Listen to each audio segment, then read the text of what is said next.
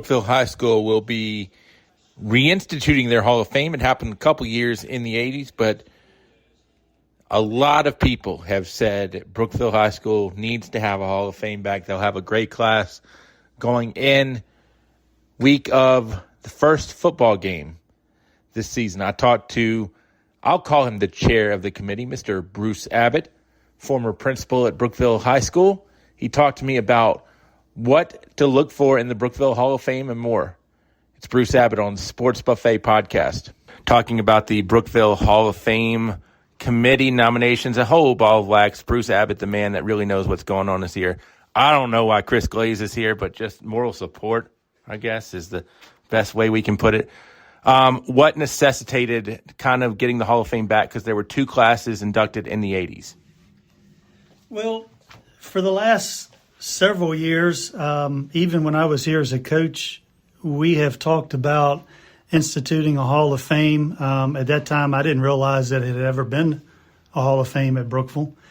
And it's something we've talked about, Jim White, Kim Woodford, Chris Glaze, a number of others for a number of years. And it's kind of, put on the back burner, and you just, until you get the time and somebody forces you to sit down and try to, hey, we got to do this, it's nothing but talk.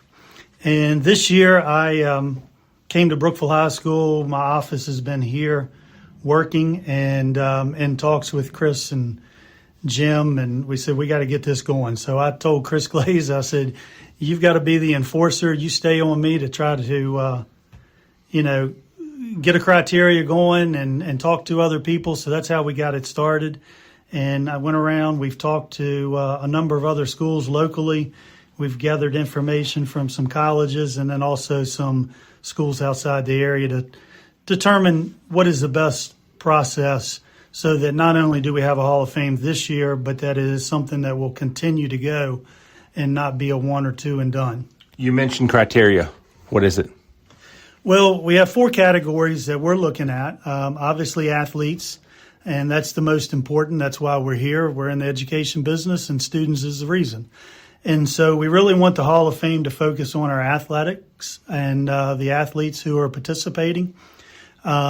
Second is coaches, and they're obviously very important. Third group would be contributors, and that could be a administrator, anybody in the community that really has supported Brookville High School athletics over the years. And then the fourth would be a team. And what we decided to do with teams is, starting with our 1973 state baseball championship team, we're going to induct one team each year and just follow the chronological order for that.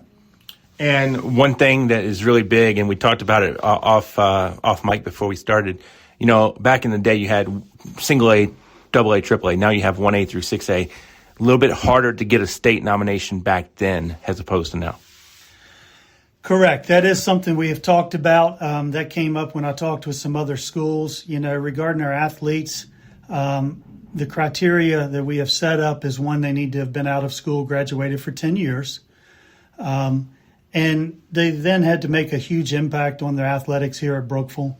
That is the focus. Obviously, we have a number of athletes that have gone on and played pro sports. And, we will take that into consideration, but we're really focusing on what they've done here at Brookville High School. And our main criteria starting out, because of the long history and tradition that we have had, is nominating all state athletes and players. We feel like that we've got to get that list into the nomination pool so that our voting committee can select them if deemed fit. Prior to somebody that was just all district and all region. With that being said, back in the 70s and 80s, 3 divisions, it was pretty tough to be all state. There's just a numbers game now with 6 different divisions. There's a lot of more kids that are all state. Not that they're no less qualified per se, but it's a numbers game. And so we do have some situations where kid might have been all region back in the 70s and 80s, and he'd easily have been all state this year. Do you see the nomination procedure changing at some point? Yes, it could. I mean, it can evolve and develop. Since we have not had Hall of Fame classes since the 80s, we've got a backlog of a lot of great athletes that we need to get inducted and get nominated.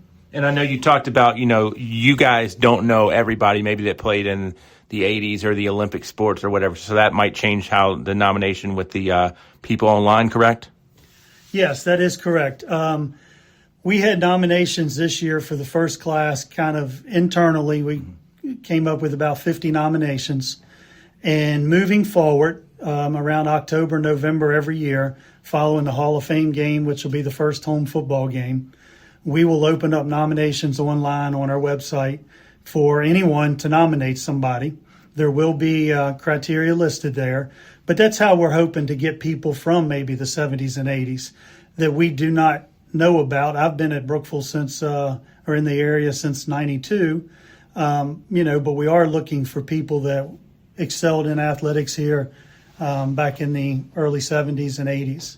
Final question. I look at you. I'm sitting across from you. I see a lot of brown hair, not much gray hair. But what is that thing that gave you that one gray hair when deciding about the Hall of Fame, how to do it or whatnot?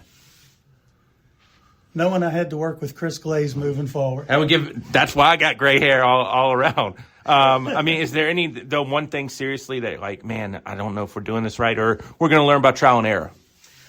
Well, nothing's perfect. Right. And what we're doing is what we have come up with collectively that we think is best right now.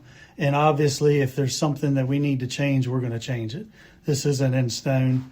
Our goal is to recognize athletes who have excelled at Brookville High School and give them the due recognition. This isn't about Bruce Abbott, Chris Glaze, Jim White, any of us that is trying to get this committees up and running. It's all about the athletes that have been here and who have excelled so that we can promote them, and our current athletes see that, and it's something they strive for.